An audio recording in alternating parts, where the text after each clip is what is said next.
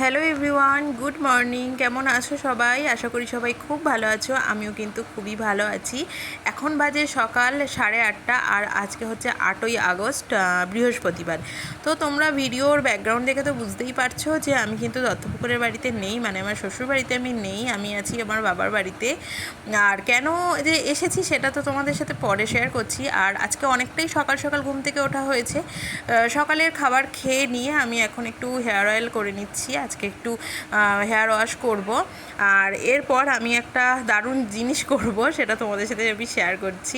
এটা হচ্ছে মাছ কাটা। হ্যাঁ, মাছ কাটা কোনো বিশেষ কিছু নয়, কিন্তু আমার কাছে কিন্তু বিশেষ একটা কাজ এটা। কেননা আমি এই মাছ জীবনে প্রথমবার কাটছি, তাও আবার এত বড় মাছ। আগে কখনো আমি মাছ কাটিনি। হ্যাঁ, ছোটো ছোটো মাছ কেটেছি, যেমন ছোটো মাছ বলতে কি ওই পুঁটি মাছ, মোরলা মাছ, এগুলো তো মানে মাছ কাটার পর্যায়েতেই পড়ে না। পাবদা মাছ, চিংড়ি মাছ কেটেছি। আর কি বলবো, চিংড়ি মাছ তো কোনো মানে কেটেছি বলে লোকে শুনলে হাসবে। তো আমার মাছ কাটার পদ্ধতি দেখে তো মানে বুঝতেই পারছো যে আমি কী পরিমাণে হানাড়ি মাছ কাটাই। বিন্দু মাত্র কিচ্ছু জানি না। বাবা উল্টো দিকে বসে আছে, বাবা আমাকে দেখিয়ে দেখিয়ে দিচ্ছে যে এইভাবে এইভাবে মাছ কাটতে। এবার বলি যে এত কঠিন কাজটা আমাকে কেন করতে হচ্ছে। আসলে আজকে থেকে বোনের ফাইনাল পরীক্ষা শুরু হয়েছে, তো মা সেন্টারে গেছে বোনকে নিয়ে।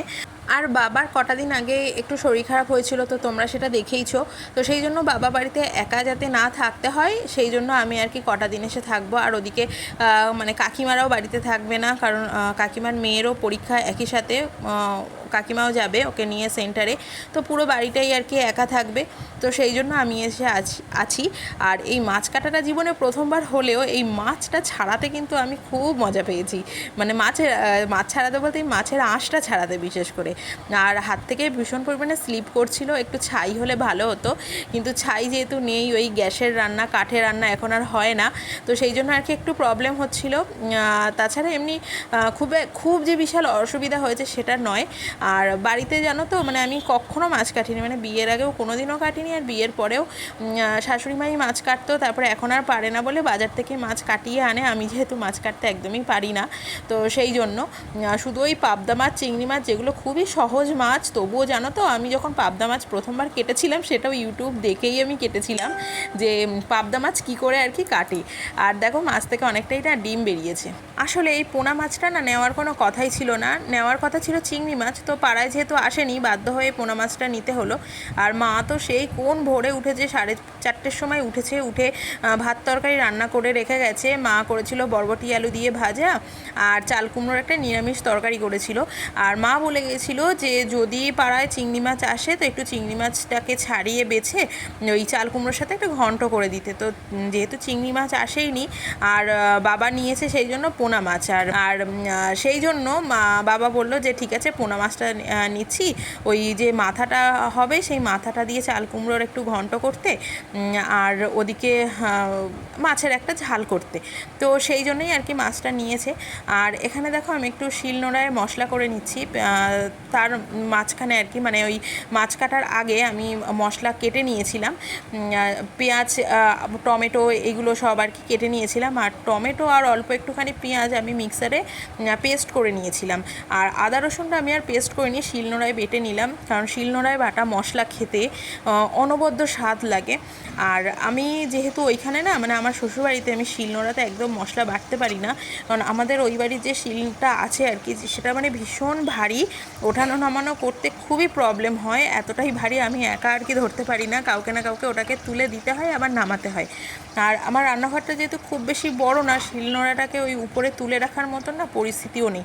তো সেই জন্য আর কি শিলনোড়ায় বাটা মশলা খুব একটা খাওয়া হয় না। আর বাড়িতে আসলে আমি চেষ্টা করি একটুখানি শিলনোড়ায় মশলা বেটে খাওয়ার, যার জন্য স্বাদটা না অপূর্ব হয়। আর জানো তো যে আমাদের বাড়িতে না শিলনোড়ার ব্যবহারটাই হতো, বরাবরই হতো। মা শিলনোড়াতেই রান্না করতো, আর তার সাথে হচ্ছে কাঠের উনুনে রান্না করতো, যার জন্য স্বাদ মানে অপূর্ব স্বাদ হতো। আর আমাদের বাড়িতে মানে মিক্সারের ব্যবহার শুনলে হয়তো অবাক হয়ে যাবে, যে লাস্ট 6-7 বছরে আমাদের বাড়িতে আর কি মিক্সারের ব্যবহারটা শুরু হয়েছে। মানে আমার ঠিক বিয়ের আগে আগে, মানে তখন বাড়িতে অনেক লোকজন আসা শুরু হয়েছিল, হয়েছিল, তো সেই জন্য আর কি মা একা পেরে উঠতো না, মানে সব কিছু কাজ একা হাতে করে উঠতে পারতো না বলে ওইটুকু আর কি কাজের সুবিধার জন্য করা হয়েছিল। আর আমি এখানে দেখো একটুখানি মাছের ঝালে গরম মশলা দেবো।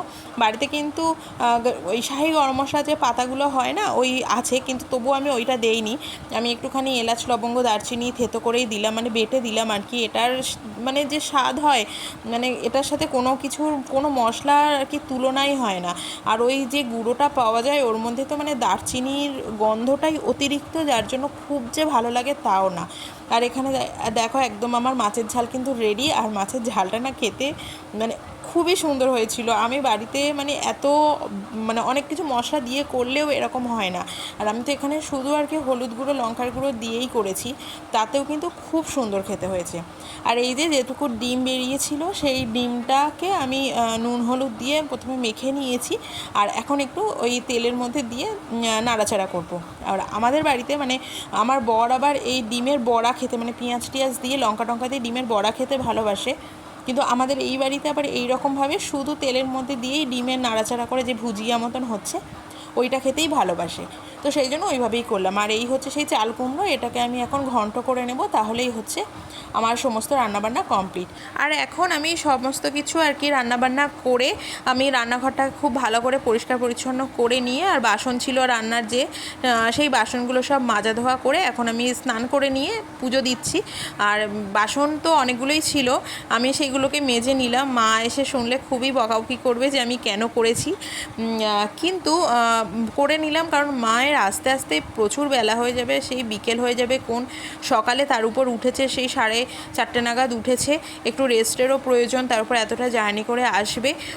তো ঠিক আছে, বকা দিলে বকা খেয়ে নেবো, কিছু কিছু বকা খেতে ভালোই লাগে। তো মা একদমই কিছু না করতে দেয় না সেরকমভাবে বাড়িতে আসলে। আমার আবার মানে মাকে ওরকম একা একা খাটতে দেখলে আমার খুব খারাপ লাগে, করতে চাইলেও করতে দেয় না। আর এই হচ্ছে আমাদের তুলসী মঞ্চতেও একটু জল ধূপ দিয়ে নিলাম।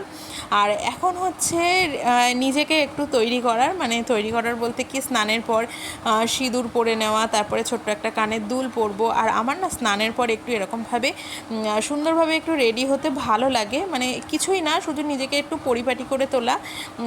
আর আমি এখানে স্কিন কেয়ার বলতে দিনের বেলায় খুব একটা বেশি কিছু করি না, যেহেতু ফেস ওয়াশ করি। ফেস ওয়াশের পর না কিছু না মাখলে স্কিনটা ভীষণ পরিমাণে টানে, তো সেই জন্য একটা অয়েল ফ্রি ময়শ্চারাইজার আমি ইউজ করে নিয়েছি। আর এখানে আছে আমি প্লামের যে গ্রিন টি অয়েল ফ্রি ময়শ্চারাইজারটা আছে, এটাই আমি ইউজ করেছি। আর প্লামের প্রোডাক্ট না আমার স্কিনে ভীষণ ভালো স্যুট করে। আর আমার তো হেয়ার সিরামটা আনতে ভুলে গেছি, তো সেই জন্য বোনের যে হেয়ার সিরামটা আছে লিভন, এটাও খুব ভালো। আমি আগে এটাও ইউজ করতাম, তারপরে তো এখন আমি স্ট্রিক্সের প্রফেশনাল যেটা সেটা ইউজ করছি।